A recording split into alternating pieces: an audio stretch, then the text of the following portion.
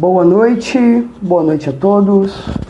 Bem-vindo a mais uma live com um pediatra incrível, Leonardo Posternak, que também é psicanalista. Estamos informando os seus seguidores que iniciou um vídeo ao vivo. O pessoal está entrando. Vou enviar aqui o convite para o Leonardo Posternak. Um minuto. Leonardo Posternak, convidar. Leonardo, te aguardando a entrada, pessoal. O vídeo está bem? Estou conseguindo escutar. Boa noite.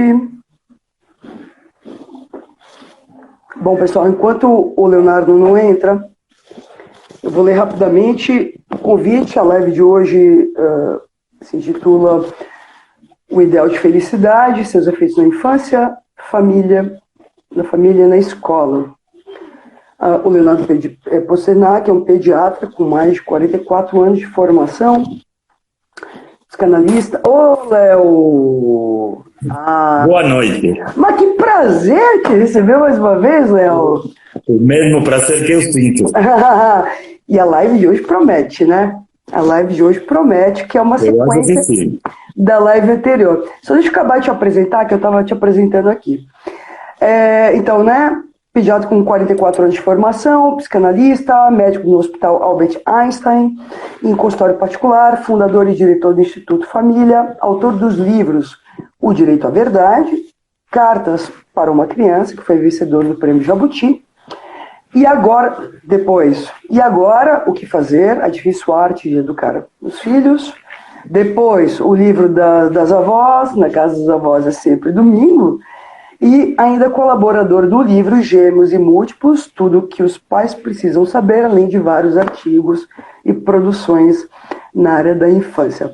Leonardo, seja bem-vindo. Para quem não sabe, essa série de lives que eu tenho feito são lives exclusivamente com os professores que compõem o corpo docente dos cursos de pós em Psicopatologia, Infância e Adolescência, na qual o Leonardo compõe, faz parte. Obrigada por ter aceito, Leonardo. Psicanálise da Clínica Cultura e Psicologia Hospitalar da Saúde, atuação multiprofissional do Hospital Santa Catarina de Blumenau. Léo, vou retomar o título da live. O Ideal de Felicidade, Seus Efeitos na Infância, na Família e na Escola, que foi um ponto, né, dos vários pontos que ficaram de alguma maneira em aberto na live passada, porque faltou tempo. Queria discutir um pouco como é que surgiu a ideia de trabalhar essa temática do ideal. Contigo a palavra. Em princípio, eu queria te agradecer este novo convite, porque na primeira live, apesar de que isso é um tema que me interessa há muito tempo, e sei que você também trabalha muito na educação, me fez pensar muito. E eu adoro os temas que não estão prontos nem acabados, que estão todos costuradinhos para continuar fazendo coisas. Então, quando eu pensei nisto, surgiram 3 pequenas vinhetas que eu gostaria de introduzir ao tema como uma pequena bússola, só para nos orientar em alguma mata muito fechada. São 3 citações. Uma primeira do Contardo Caligaris, uma segunda que é minha observação pessoal durante muitos anos de crianças com transtornos de ensino-aprendizagem, e uma terceira é discutir em um pequeno exemplo clínico como uma criança que ainda não está contaminada pela puerilidade e a incoerência dos pais, ele pode pensar como gente grande. Seriam as 3 coisas como para ir caminhando depois juntos. A primeira, diz Contardo Caligaris, se os signos aparentes de bem-estar, de sucesso material, ou seja, do gozo realizado, são para nós os indicadores do valor social, pouco importa que a escola seja bonita e tecnologicamente impecável. Importa mais que os professores, de quem esperamos que as crianças acreditem, não seja na imagem social da privação. Uhum. Isso para começar. Sobre este texto do Calegares, tem uma frase pequenininha da Hannah Arendt, que eu gosto muito de voltar cada tanto à leitura dela, e com seu estilo reto e duro, e falando dos professores, ela fala: se lhes repugna essa responsabilidade, melhor será que se dediquem a outra coisa. Uhum. A observação clínica, que são várias observações clínicas durante muitos anos, me fez acreditar que não parece um fato casual que uma criança, ante qualquer mal-estar doloroso, se manifeste, entre outras coisas, com as dificuldades na escola. Esta escolha do sintoma é uma escolha inconsciente, mas muito eficaz ao mesmo tempo.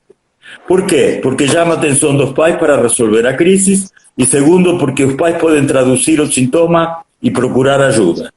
Esse sintoma, o fracasso escolar, chama muito a atenção, primeiro porque ofusca o futuro ideal de felicidade e êxito que os pais colocam no filho. Claro. E segundo, muito mais material, frustra um caríssimo investimento de escolas com preços de universidades europeias que existem em todo o Brasil. Claro. Esse seria o segundo ponto. E o terceiro, que eu acho uma delícia, é o caso que eu chamo o caso Dudu, contado para mim há muitos anos em um congresso na Argentina sobre pediatria e psicanálise. E me parece um caso patognomônico de como uma criança pensa bem. Dudu, um simpático menino de quase 7 anos que durante uma brincadeira desanda de brincar para uma violenta briga com seu amigo do peito, João, que talvez tenha sido pela posse de um brinquedo ou a mudança intempestiva das regras do jogo para ganhar alguma coisa, como as crianças costumam fazer. Não é assim para poder ganhar. Não sei bem como foi, mas a questão é que a coisa virou uma briga corporal muito intensa. O pai do menino chega nessa hora, o separa e convida Dudu a caminhar um pouco para desanuviar o ambiente. Os dois vão andando, olhando para o chão e murmurando coisas ininteligíveis, cada um em seu mundo. Em um determinado momento, Dudu pega a mão do pai, olha no olho e pergunta: pai, o que é a liberdade? O pai, ainda no automático e muito preocupado com a cena que tinha visto, responde: filho, liberdade é fazer o que a gente quer. O menino inconformado traz o pai para pensar junto e fala: mas não com os outros, né? Ou seja, a réplica é: o que é a liberdade? Fazer o que a gente quer. E o menino replica: mas não com os outros, né? Uhum. Ou seja, este menino nos dá uma lição de ética, de respeito pelo outro e da escolha de viver com o outro e não contra o outro. Tá certo? Uhum. Claro que depois isso se deturpa por esses ideais de felicidade que aparecem nos caminhos. Claro. Isso era o que eu achei que nos coloca em caminho. Claro. Agora quero te ouvir. Não, mas eu acho que tem um ponto. Primeiro que eu lembrei do Contardo, da célebre frase dele, né? Porque para quem não assistiu a primeira live, basicamente, né, assim, onde culmina a live anterior, né, que diante da impossibilidade dos pais de fazer um luto da criança que eles não foram, da família que não tiveram e da vida que não tiveram de alguma maneira, quer dizer, diante da impossibilidade de encarnar o ideal. E durante a live eu ainda lembrei do leito de Procruz, que é o que se faz com as crianças hoje. Preciso marcar isso. Quer dizer, uma forçagem, né, via medicalização, via diagnóstico, né, para tentar primeiro nomear, né, essa distância entre ela e o ideal. Né? Então, quer dizer, essa distância hoje ela é nomeada, né, constantemente como patologia. Né? Mas tem algo importante aí, né? Que diante da impossibilidade de fazer um luto da criança do ideal, se assassina uma criança na realidade. Né? Que foi o que a gente trabalhou um pouco na live anterior, né? Por exemplo, o caso de crianças que passaram a infância inteira medicadas com Ritalina, etc., que encobriam, né, um sofrimento psíquico importante, né? E essa criança, e quer dizer, muitas vezes essa criança culmina aí numa psicose na adolescência, quer dizer, né? Agora, isso que tu traz, né, é importante, né, Léo, porque na live passada faltou tempo para a gente discutir um pouco o lugar da escola como outro, porque isso que tu traz, da posição, e eu queria trazer uma cena de uma paciente de ontem que iniciou um trabalho numa PAI, né?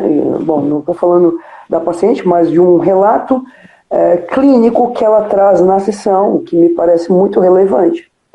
Que a equipe, ela entra muito apostando no trabalho e nas crianças, e lá estavam profissionais já familiarizados demais, e diziam para ela, tá, mas não adianta tu fazer isso, não vai mudar absolutamente nada. E me parece que a escola hoje está tomada por uma certa lógica, onde a escola o tempo inteiro endereça ao especialista, né, uma demanda de que nomeia o que acontece dentro da escola. Ou seja, se poupando da sua função de educador, né, e endereçando ao médico, ao especialista, né, uma resposta sobre o que fazer com essas crianças. Ou seja, de alunos, essas crianças passam a se tornar quase pacientes dentro da própria escola. Eu queria discutir um pouco sobre isso, porque me parece um cenário um tanto grave, e eu queria te relembrar um fragmento, quando eu estava fazendo a minha pesquisa de doutorado em Paris. Naquele ano, a maior autoridade francesa de saúde tinha recém aprovado a detecção precoce do TDAH. Inclusive, houve uma lei que gerou o movimento Passerot de Conduite, né, que o Bernard Goes encabeçou e tal, que visava detectar o TDAH na creche antes dos 3 anos de idade. Olha o nível de loucura, né, loucura compartilhada que a gente chegou. Queria discutir um pouco sobre isso, Léo. Né? 44 anos de profissão, cara. Acho que tu tem muito a falar, porque assim, fala um pouco, porque assim, é preciso marcar o mal-estar, assim como já disse Freud, sempre esteve colocado. A grande questão é o que se faz com esse mal-estar em diferentes momentos da história. Contigo, Léo. Então, a primeira coisa que eu queria acrescentar, algo que é muito importante que você falou, que nem sequer se trata de encaminhar para o médico. Significa atomizar a criança em 4 ou 5 encaminhamentos diferentes. É o neuro, é a fono, é a terapista ocupacional, é a fono, e essa criança acaba tendo diagnósticos atomizados também, porque não se vê o sujeito. É decir, a grande questão que você está colocando é se a criança vem antes como sujeito ou como síndrome. Ou seja, se sindromizar uma criança é mais importante que considerar a criança um sujeito. Por exemplo, o TDAH, desatenção. A criança desatenta. Eu particularmente me quero colocar ante as pessoas que não estão ouvindo que eu particularmente não acredito no TDAH, no déficit atencional. Eu não acredito. Coloco claro para a família que eu não sou o dono do conhecimento, eu sou portador de um pedacinho do conhecimento, mas isso me permite não dopar uma criança com medicações que, segundo muitos, não é grave, mas a Ritalina é uma anfetamina. Tem casos relatados de infarto de miocárdio em crianças, tem morte súbita em crianças. O sea, que não me venham a contar que a Ritalina é inócua, porque não é. Não? Então, a segunda coisa é que o diagnóstico de TDAH é feito por um questionário que você encontra em qualquer revista feminina para ver se teu marido gosta de você e se você gosta dele. Então, são 10, 15 perguntas, você responde e você é hiperativo ou não é hiperativo. Eu estou com certeza absoluta que de todos nossos amigos, se a gente faria esse teste, teríamos 80% de amigos hiperativos, nos incluindo. Claro, porque o interessante é que a criança responde à lógica social atual. Mas é interessante que o ideal não inclui a lógica social do adulto como fazendo espelho para criança. Não, sabe qual que é a lógica? É a lógica de colocar a criança, custe o que custar, na redoma da normalidade. Claro. E aí que vem o problema, porque o que é a normalidade? Quem que se faz cargo de dar essa resposta? Uhum. Mas, Léo, fala um pouquinho disso, porque, veja, retoma a pergunta dessa vinheta clínica, qu'est-ce que é a liberté? O que é a liberdade? Né? São a mesma coisa, né? Mas eu acho que então, alguns contornos são importantes aí, algum horizonte é importante. Sim.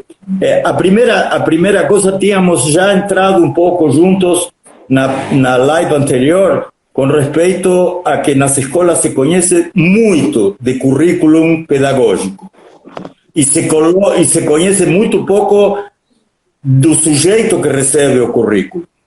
Ou seja, o aprender ou não aprender forma parte de uma metodologia que significa repetir como um papagaio o que os outros pretendem de você para você ser normal.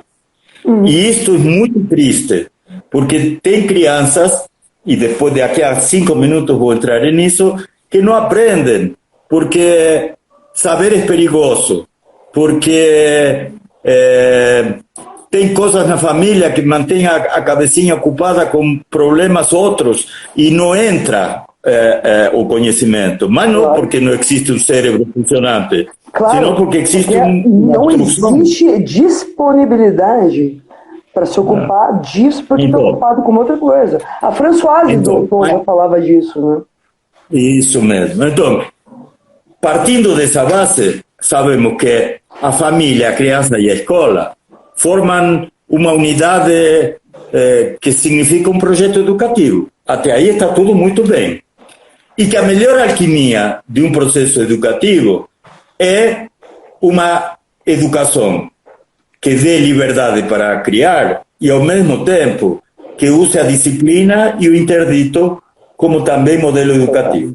Quando se fala de disciplina, eu venho ouvindo muitos colegas e muito pai democrata demais que falam que a disciplina é de colégio militar, que a disciplina não sei. Eu acho que essas pessoas não sabem de onde que vem a palavra disciplina. É um termo grego que significa disciplina. Dices é conhecer e pulina, crianças.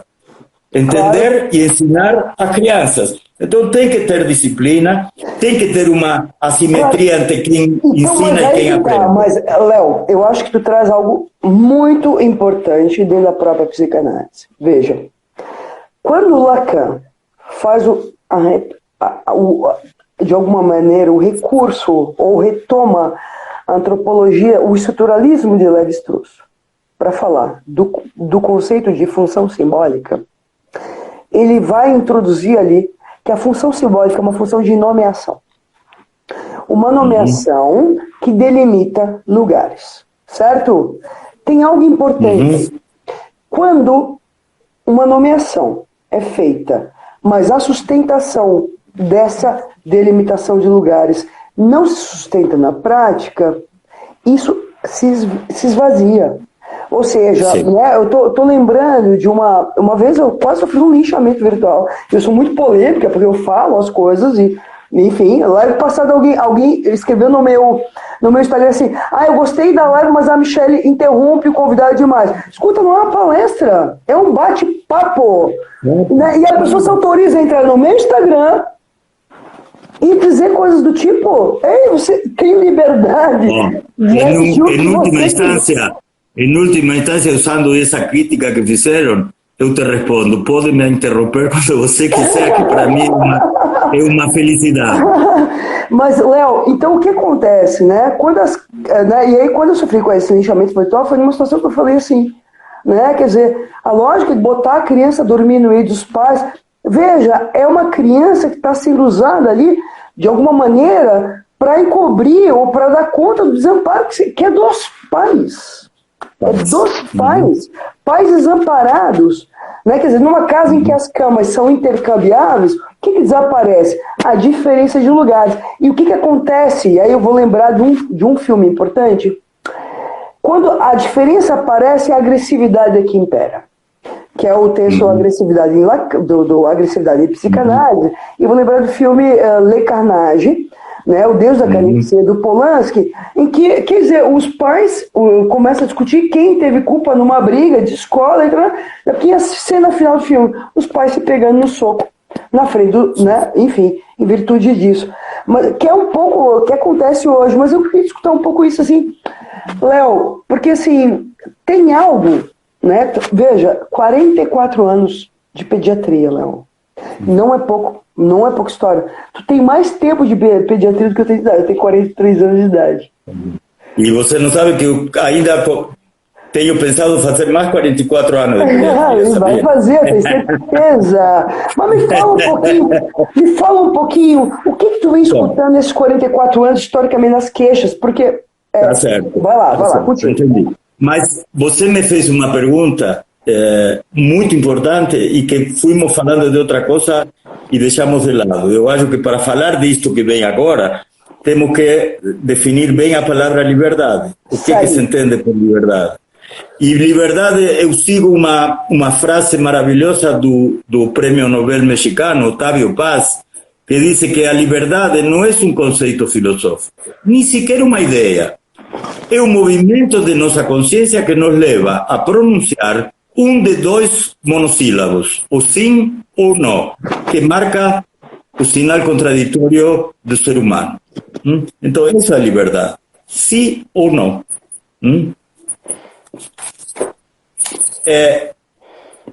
A educação é sempre a educação de um saber.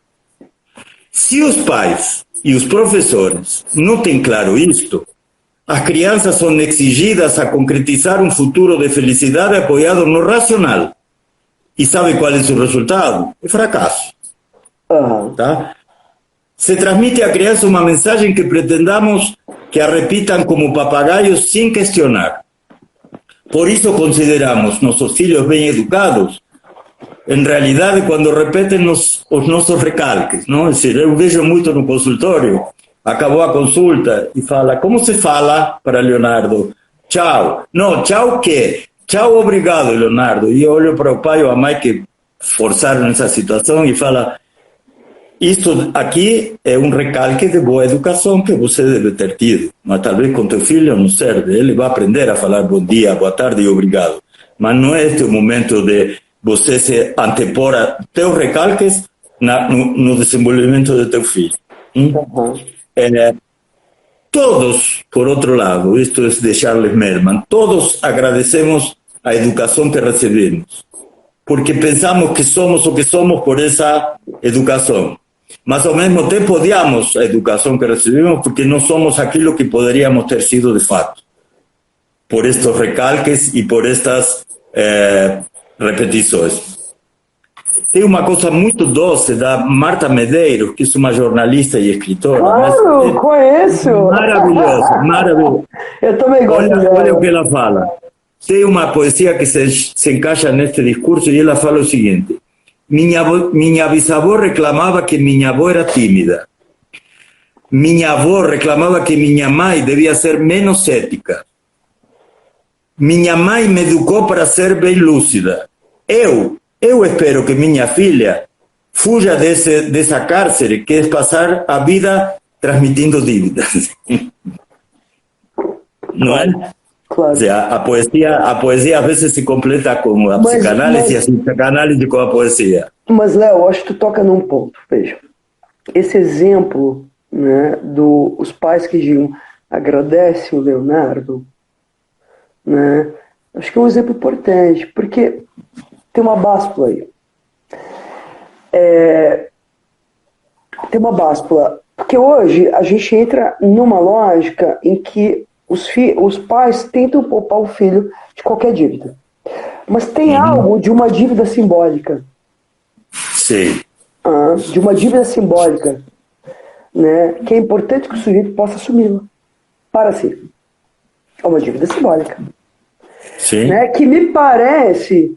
né, que é da ordem de uma transmissão e não de uma educação, porque educar é colocar em signos a etimologia da palavra, né? transmitir desde uma outra lógica, porque me parece, eu acho que tem algo aí importante, que é como de alguma maneira romper com essa lógica de pais tomados por uma certa lógica do politicamente correto, que nessa autorizam e poupam os filhos o tempo inteiro. Ou poupam os filhos de ter alguma frustração, mas pretendem que eles aparentem ser bem educados falando tchau, Leonardo, obrigado, entendeu? Claro. Mas claro. aquilo que é essencial ao desenvolvimento do sujeito não se atinge. Claro. Sempre aguardamos. Que é uma imagem, né? Que é uma imagem ali, né? Uma imagem para o social, né? Isso. Então, sempre aguardamos que a criança corresponda a um ideal. O ideal do bom filho, do filho educado, do filho feliz e do filho bem-sucedido. Eu vejo muitas vezes no consultório falar do desejo de ter uma criança quieta, obediente, limpa, feliz, e eu não falo nada, mas sabe o que eu penso quando querem esse tipo de filho? Que parece que estão querendo um filho morto. Porque um filho vivo não é nem limpo, nem ordenado, nem organizado. É dizer, a existência é um movimento impuro, a existência é um movimento imperfeito, a existência é um movimento sujo. Então, tu lembra do poema do Drummond sobre a casa? Uma casa viva é uma casa desarrumada. Então, perfeito. Então, sendo isto impossível, que podemos pensar desta evolução ou do futuro da criança? Se a gente sabe que o marco sociopolítico, cultural e econômico no qual se insere um indivíduo vai determinar a sua subjetividade. E de que sujeito estamos falando nesse caso? Esta é uma situação muito importante. Então, eu penso sempre que uma educação idônea e eficiente tem 4 ou 5 parâmetros que não podem ser deixados, agora entrando na escola mesmo. Claro. Primeiro, a escola tem que... Léo, meu amor, só deixa eu fazer um adendo para quem está assistindo a gente. Importante, né? Preciso marcar a escola, pessoal. É o primeiro representante do grande outro não familiar para a criança. Não é pouca coisa a ida para a escola. Não. Porque, assim como o Racial tem um livro importante chamado Da Família ao Social, que é sobre a adolescência, né? É que a escola que tem efetuado e auxiliado o sujeito a realizar essa passagem. Mas a gente encontra um problema aí, que na medida em que a escola passa a servir aos pais e funcionar como empresa e os pais como clientes, ela deixa de funcionar como esse terceiro que pode vir a fazer um corte na lógica muitas vezes incestuosa da própria família. Percebe? Né? Quer dizer, funcionando como uma extensão da própria família, a professora como a tia, como uma extensão da mamãe. Exatamente. Né? Quer dizer, é uma coisa perversa. Uma lógica perversa. Na minha época era pior. Lá na Argentina se falava que a professora era a segunda mãe. Pelo menos hoje é tia. Já não é tão edípica. É tia. Mas, de qualquer jeito, eu sempre não canso de falar que a professora pode ter até um nome e deixar de ser professora, e a criança nomeá-la pelo nome dela, mas não com o apelido de um familiar, tia. Eu acho que isso é uma coisa muito no limite da perversão. Não pode haver tanta familiaridade numa escola. Senão, essa assimetria necessária se perde. Não, perfeito, e mais no limite da perversão, na medida em que essa proximidade, essa familiaridade é o que autoriza os abusos. Que acontecem dentro da voltando à educação idônea, o que tem que tentar uma escola idônea? Que a criança pense sobre o que pensa. Quer dizer, parece uma redundância, mas não é. A criança pode pensar muita coisa, mas se ele não está, de alguma maneira, estimulado para repensar o que pensou, ele não vai ter possibilidades de mudar sua opinião. A segunda coisa que deve tentar que aconteça é algo que eu falo muito há muito tempo. inducir a nossos alunos a pensar para não repetir, em vez de repetir para não pensar. Claro. A terceira coisa é fomentar na criança o desejo de desejar aprender de outro. A quarta é se educar, não pode assumir uma assimetria opositora, tem que ser uma assimetria entre pares não antagônicos, onde um casualmente ensina e outro casualmente aprende. E esse diálogo é promover uma coisa simples na educação, intra ou extraescolar. Falar quando alguém está nos ouvindo e ouvir quando alguém nos está falando. São coisas triviais, mas que não acontecem. Tá certo? Porque não se coloca o interdito. Então a professora deixa fazer até que ela perde o rumo e começa a gritar com os alunos como se fosse a tia. Claro, que é o que a Ana Arendt... Vai. Que é o que Pichon Rivière, falando disso, Pichon Rivière, grande europeu que trabalhou muitos anos na Argentina, ele cunhou uma palavra, um neologismo, que era ensinagem. E ele explicava, ensinagem significa ensinar aprendendo e aprender ensinando. Esse é o desideratum de ensinar e de aprender. O que não se pode de jeito nenhum não transmitir a uma escola, de uma escola ou de uma família para uma criança? Só fazer um adendo rapidamente, Léo. A Ana Arendt vai marcar uma diferença entre autoridade e autoritarismo. Sim. Quando essa professora deixa tudo solto e quando ela vê que perdeu o prumo completamente e começa a gritar, aí a gente já está na lógica do autoritarismo, porque já é uma outra criança que... Mas sabe por quê? Sabe por quê? Porque essa professora deixou que a liberdade vire libertinagem. E aí ela perde a autoridade para ter que ser autoritária. Sim. Ou seja, tem um passo anterior a ser autoritária. É não ser autoridade quando pode e deve. Então, esta questão de que a criança tem que aprender, tanto dos pais quanto da escola, que não existe isoladamente uma criança. Essa criança deve existir nas suas trocas simbólicas, com seus semelhantes, com seus professores, com seus colegas, com todo mundo. Ele não é uma entidade isolada. E a segunda coisa é que ele saiba que essa criança, todas as crianças, não são iniciadoras de uma nova linhagem. As marcas do humano já existem antes de nascer uma criança. Isto Winnicott resume numa frase que parece cômica, mas que é muito importante. Ele fala assim: o recém-nascido humano nasce tão onipotente que ele pensa que o mundo se criou porque ele nasceu. Claro. Agora, eu queria marcar um ponto importante. As marcas simbólicas existem antes da criança. O que seria educar se não transmitir a essa criança o valor do mundo, o valor da polis, o valor da ética, o valor das relações, porque o que acontece, se a gente não faz o respeito às diferenças.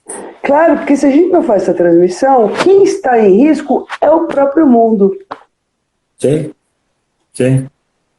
Então, sobre a escola, eu queria focar desde outro ângulo, mas que também nos mostra muito essa relação com o ensino-aprendizagem. A primeira coisa que ficou claro é que os transtornos na educação e na aprendizagem poucas vezes são por questões biológicas. Em geral, é uma questão simbólica. Claro. Esse síntoma, no aprender, não é um déficit singular, não é um déficit de aprendizagem. Ele tem uma significação simbólica, onde o sintoma, no aprender, tem duas funções. Ele alude e ele ilude. Alude enquanto mostra uma cicatriz do conflito, mas ilude para evitar entrar em contato com o sofrimento desse conflito. Então, se mostra, mas se esconde. Se mostra e se esconde. Então, como você falou, muito poucos casos de transtornos na aprendizagem se devem a déficits orgânicos. Em geral, os problemas têm a ver com alterações na instalação do registro simbólico. Isto eu acho que você repetiu várias vezes e eu continuo falando porque me parece que é uma marca desta conversa que tem que ficar muito clara para todo mundo. Claro. Algumas crianças têm dificuldades em perguntar o que não entendem. Outros... Léo, só um adendo. Tem um texto do Jean Berger, que está no livro, acho que é Neurologia e Psicanálise. Não, esqueci agora. Bom, mas é um artigo que se chama O Corpo na Neurologia e na Psicanálise. Ele vai retomar que a origem do TDAH parte do conceito de disfunção cerebral mínima. E o Berger, nessa ocasião, vai dizer assim, né, diante de um dano neurológico que jamais se encontrou, que exame nenhum localizou, se nomeia, né, psiquiatricamente disfunção cerebral mínima, o que hoje é nomeado como TDAH, assim como todas as outras psicopatologias. Ou seja, e tem um outro livro que eu queria trazer, que é do Orlando Coser, chamado As Metáforas Farmacoquímicas, né? Que isso é da ordem de uma nomeação. Tu tens toda a razão, né? Tá assim certo. como o dano não é um dano. Você colocou o dedo em uma ferida terrivelmente infectada, porque a TDAH em 1940 se chamava criança não educável. E não foi à toa que 10 anos depois se sintetizou a Ritalina. E que antes de ser TDAH foi disfunção cerebral mínima, que falavam que era um diagnóstico eletroencefalográfico, quando na realidade o eletroencefalograma não é igual em todas as crianças. Não tem sinais de infarto como o eletrocardiograma, que são sinais patognomônicos. A disfunção cerebral mínima era nada, porque o eletroencefalograma normal é uma disritmia, não tem ritmo. Você pode diagnosticar um padrão de tumor, um padrão epiléptico, mas uma disfunção cerebral mínima era a necessidade imperiosa de ter um diagnóstico para usar o medicamento. A gente era residente nos anos 70 e saíamos a brigar na rua para que parem de querer medicar as crianças por essas disfunções, que hoje se concretizou com o TDAH. Claro. Mas é um tema muito antigo, não é moderno. Foi mudando o nome. Claro, entendeu? Perfeito. Uhum. Então, eu vejo muito no consultório, eu vou contar uma pequena situação de consultório que era muito interessante. Era uma criança que não aprendia, apesar de estar saudável desde o ponto de vista biológico e neurológico. Falando muito com os pais, chegamos a um consenso, que eles não perceberam que enquanto a mãe falava, você tem que estudar e ser médico, porque teu avô é médico, é famoso e ganha muito dinheiro. E o pai pegava o filho em outro momento e falava: olha, eu nunca estudei, nem acabei o secundário, mas sou tão hábil para fazer negócios que eu ganho muito dinheiro também. A criança ficou presa na dicotomia saber e não saber, porque se usou uma das coisas mais degenerativas da personalidade. Uma criança que é a mensagem dupla, sabe? Estuda para ser médico, para ganhar dinheiro. Não estuda porque você pode ser hábil como eu e ganhar dinheiro sem nenhum diploma. Isso você pode extrapolar em várias mensagens duplas. E essa criança fica na interrogação se tem que saber ou não tem que saber. É importante saber, não é importante saber. Mas, Léo, eu acho que tem um detalhe aí, nesse fragmento. Uhum. Primeiro que tem uma rivalidade entre os pais, né? A mãe, né? Porque é muito comum... A mãe continuava edípica com a avó. Ele era o modelo de homem. Eu queria te lembrar do caso do Dominique. Salomé Chose. Vários casos em que o pai da mãe segue sendo a referência, o marido não vale nada. Que recém publiquei um caso agora no livro sobre luto na infância, da Rosa Mariotto e do Alain Martins Mott, sobre, né, quantas mortes se faz uma vida, sobre isso. Agora, tem um outro ponto importante, né? Que tem algo, né, interessante, que dos dois lados tem uma promessa. Seja médico e você vai ganhar bastante dinheiro, você não precisa estudar, você pode ser um bom negócio para ganhar bastante dinheiro. A ética não parte dessa lógica. Percebe? Os pais estão tomados por uma lógica de que ser bem-sucedido é ganhar bastante dinheiro. E eu queria trazer um fragmento de uma paciente lindíssima. Por favor. Assim, uma paciente milionária. Sabe o que é milionária? Milionária. E que ela, em algum momento, eu vou, né, travestir um pouco a frase, de algum momento ela diz assim, eu tenho tudo, mas eu não tenho absolutamente nada. Me sinto completamente uma miserável na vida, tenho milhões de dólares que eu não posso usufruir. Né? Tenho uma suposta liberdade que o dinheiro me daria, que eu não tenho mais, anda com seguranças, ou seja, vive quase um cárcere privado em função dos milhões que tem. É a mesma imagem, assim que você começou a falar e acabou esse exemplo, eu lembro do Orson Welles em O Cidadão Kane. Claro. Ele tinha tudo, mas não tinha nada. E a última palavra que ele falou era o nome de um trenó que ele tinha quando criança, que era o único momento de sua vida que foi feliz. Depois ganhou muito dinheiro, mas não tinha amigos, não tinha diversão, não tinha nada. É muito parecido, é muito interessante.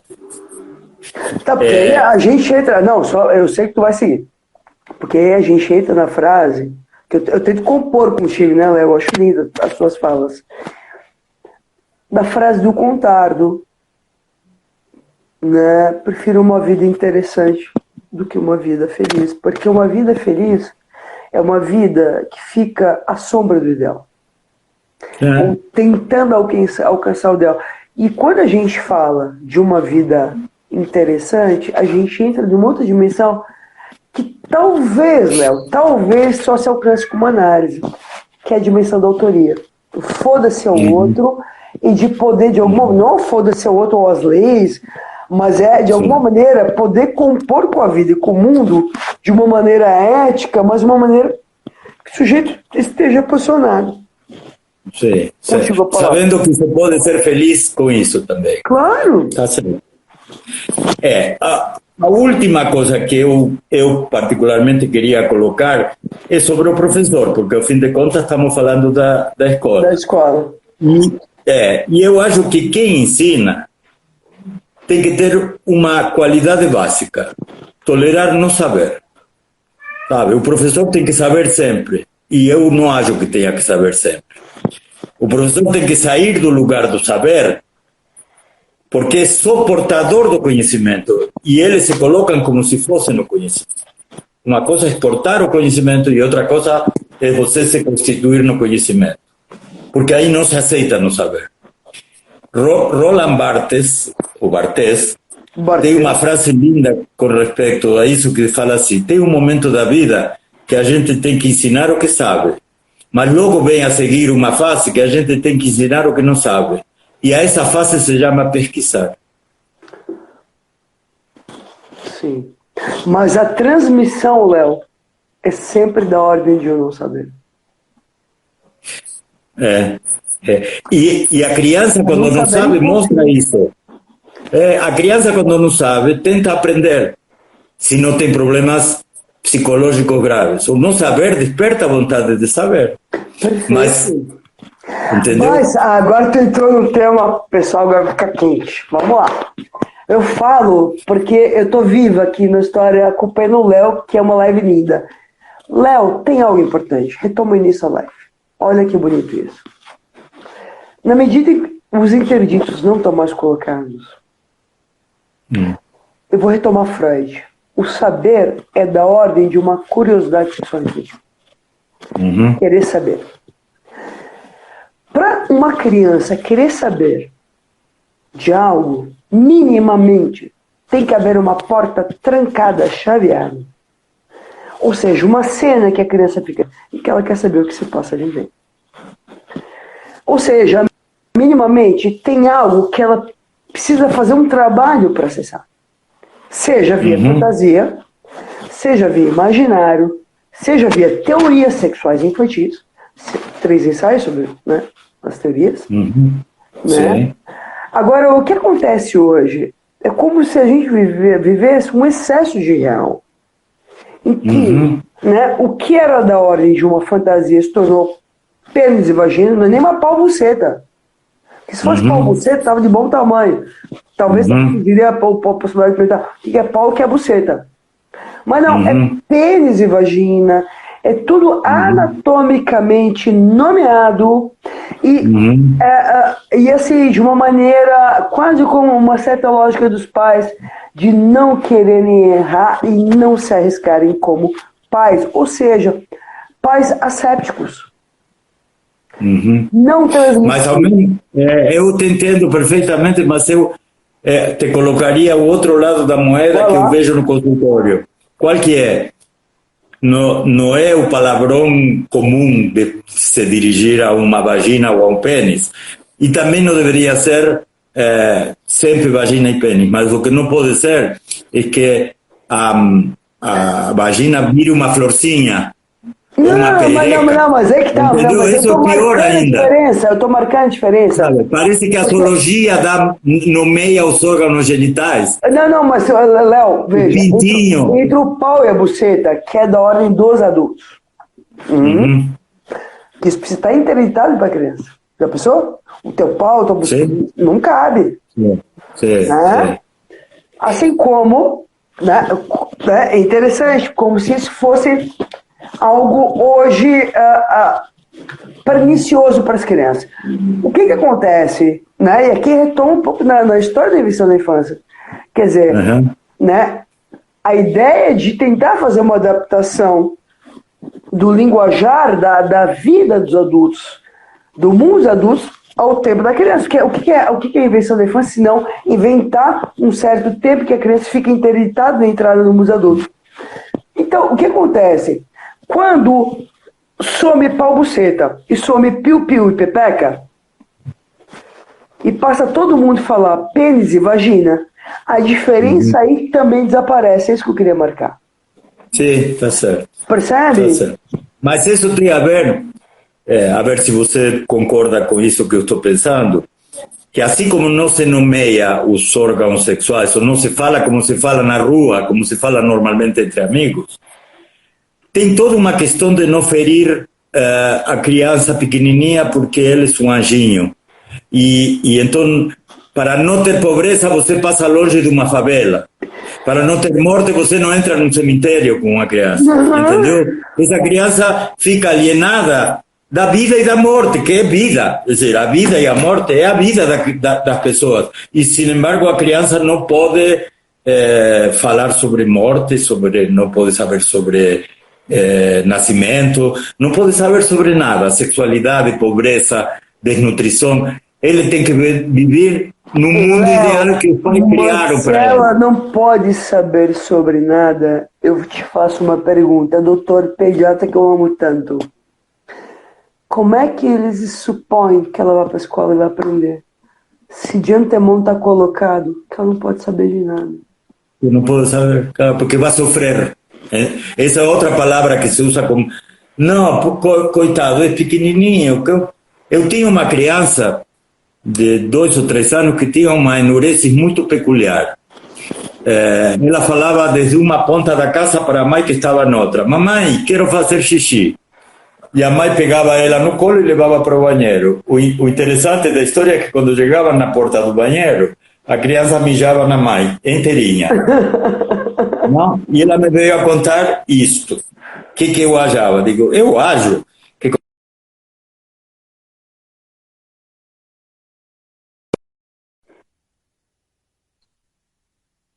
Se ela vai no banheiro sozinha e faz xixi, porque ela deve saber, ela é uma menina muito inteligente na qual você confia. Sabe o que ela me respondeu? Mas ela é muito pequena. E continuamos falando e eu fui tentando explicar e me falou, mas doutor, o doutor está esquecendo o mais importante, ela é frágil e pequenininha. Então, depois de muitos anos de análise que eu encaminhei, consegui que vá, ela veio um dia ao consultório e falou, sabe, doutor, agora entendi, eu pretendia que minha filha não crescesse. Então, a melhor maneira é que continue fazendo xixi na mãe porque era pequenininha. Dá para entender? Claro, e eu acho que o mais lindo... Esse era o ideal de filho pequenininho que não pode crescer. Mas para quem está acompanhando a gente, o mais lindo é que teu exemplo aponta para o texto do Lacan, que ele diz do sintoma da criança respondendo ao sintoma do casal parental. E o livro da Michelle Benaim sobre a ambivalência materna, que eu gosto muito, né, que é uma francesa, que ela vai falar de 3 posições da criança do fantasma. A criança como uma posição de objeto do fantasma materno, a criança como uma posição, né, de responder ao sintoma do casal parental, e também uma criança, né, que de alguma maneira né, se deixa engolfar por essa lógica. Enfim, mas o que continua sendo chamativo, poderosamente, atenção, chama, é que essa criança lê as entrelinhas inconscientes da mãe e responde com aquilo que a mãe precisa. É uma coisa impressionante. Claro. Ela responde com o que a mãe deseja. Claro, perfeito. Agora, Léo, eu acho que tem um ponto importante aí, né? Fala um pouquinho, que me parece que hoje, assim, né, a família se fechou. Estou retomando um livro do Christopher Lasch, ou o Júlio de Freire Costa, ou enfim, vários outros autores, que vão falar desse fechamento da família, que faz com que a família acabe perdendo essa referência ao terceiro social como regulador de uma lei, que as relações ficam muito especulares, as camas intercambiáveis, mas me parece que tem algo importante, que a ida para a escola, ainda mais em função das leis jurídicas hoje, por exemplo, se uma criança não for para a escola diariamente, a escola tem o direito de acionar o conselho tutelar, não que eu esteja de acordo com isso, mas a escola obrigatória tornou visível, de alguma maneira, algumas lógicas incestuosas que aconteciam dentro das famílias. Queria discutir um pouco sobre a função da escola, do professor e a importância da escola para essa criança. Contigo a palavra. Sim. Eu acho que a escola, bem conduzida, socializa e humaniza.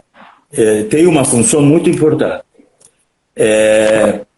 Mas pode acontecer, e acontece muito, que se permitam coisas. Eu vou contar uma história também do meu consultório. Eu, em algum tempo, já alguns anos atrás, eu gostava muito da educação e supervisionava grupos de professores de escolas de pequenininho para contar um pouco como evoluiu uma criança. E um dia me apresentaram um caso de uma mãe muito onipotente que, por exemplo, em dois momentos aparece isso. A escola tinha determinado, independentemente de ser correto ou não, de que quando entrassem na escola não venham comendo nenhum chocolate. Eu acho que era uma bobagem, mas era uma decisão da escola. A mãe fazia questão de entrar com um chocolate e na frente da professora que estava na porta falar: comas o chocolate. E isso desandou para um dia que a professora se encontrava a mãe vindo com uma sacola de produtos da feira, legumes, e abriu a geladeira dos leites das crianças e colocou sua comida totalmente contaminada na geladeira. E a primeira pergunta que tentei fazer é: mas vocês chamaram a atenção dela? Foi uma longa discussão, até que uma professora tomou coragem e falou: o que acontece é que a diretoria nos fala que nós temos que manter os alunos porque está difícil fazer matrícula. Você falou de vendável. Essa é uma venda de coisas que, pelo número de matrículas, você desorganiza a tua instituição e desorganiza as crianças, porque essa criança ficava ante a proibição da escola e a afirmação da mãe de que isso não era o importante. Então, isto que acontece é um exemplo talvez muito salgado, mas em pequenas coisas acontece. Mas, Léo, eu acho que não é salgado. Isso é a regra que acontece hoje. A escola dando a bunda para os pais que entram como clientes, na medida que entram como clientes, desautorizam a própria escola, ficam reféns e aí a lambança está feita. Né? Agora, a questão o ponto aí, né? E aí como psicanalista falando, né? Por que só se vê uma alternativa, por exemplo, escolas que se tornam cooperativas com os pais? Existem muitas alternativas. Aqui em São Paulo tem a Escola Arco, que é uma cooperativa de professores. Quer dizer, por que só se... Né? Porque eu acho que quando, Léo, você só tem uma alternativa no horizonte, isso sempre é um problema.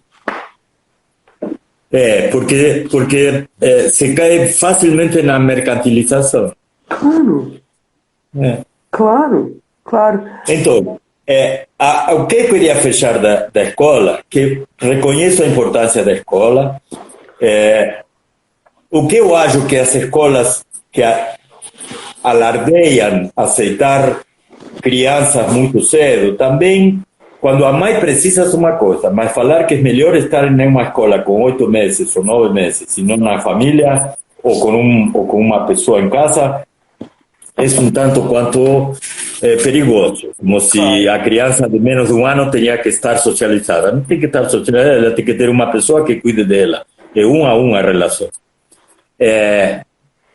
Isso é outra situação. Mas, por outro lado, eu reconheço que as cidades onde as crianças moram se tornaram lugares muito perigosos, com pessoas muito malucas andando pela rua. Tá certo? E o que acontece? Você tem que encontrar um playground pedagógico com um muro e segurança na porta para que teu filho possa brincar em liberdade. Eu fiz isso na escola, na rua, desculpa. Até os 4, 5 anos eu estava na rua. Depois começava nas escolas. Ao sumir a rua, tem que aparecer um lugar onde as crianças possam brincar entre elas, porque na rua acabou. Claro. Só para fechar esta questão da escola e da família e as ambivalências. Não, mas Léo, volta um pouquinho. Tu tens toda a razão. A criança, porque aí tu dá também uma explicação.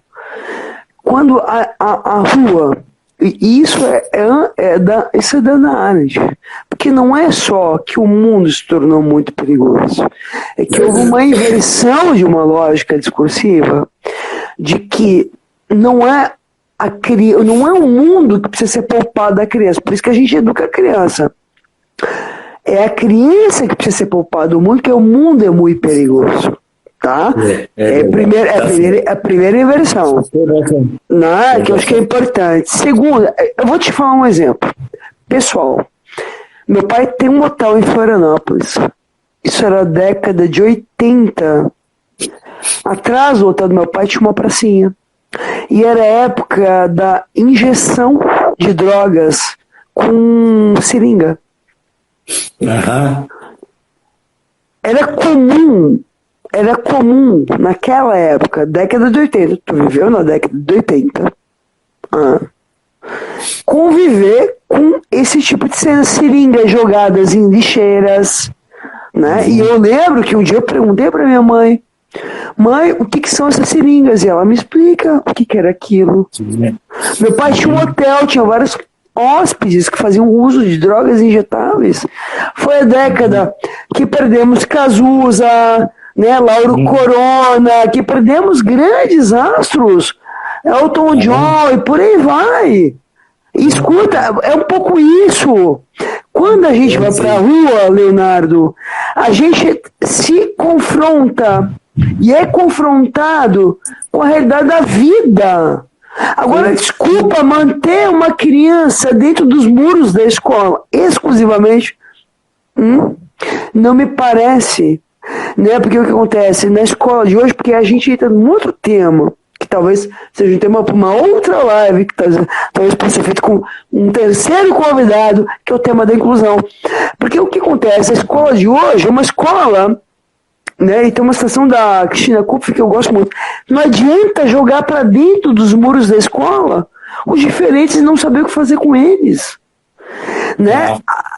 Assim como não adianta levar o teu filho para o parquinho, né, e ficar cerceando ele como se ele fosse desaparecer a qualquer momento, porque isso tem algo aí muito sério, Léo, que é o seguinte: assim como a Michelle Câmeras, que tinha 7, 8 anos de idade, andava de bicicleta com seus irmãos, seus amiguinhos, numa pracinha, e que talvez tinham ali drogados, usando drogas injetáveis ao meu lado, e que eu fui perguntar isso pra minha mãe, eu não via, porque eles usavam no banheiro, sei lá onde, porque isso era típico da década de 80.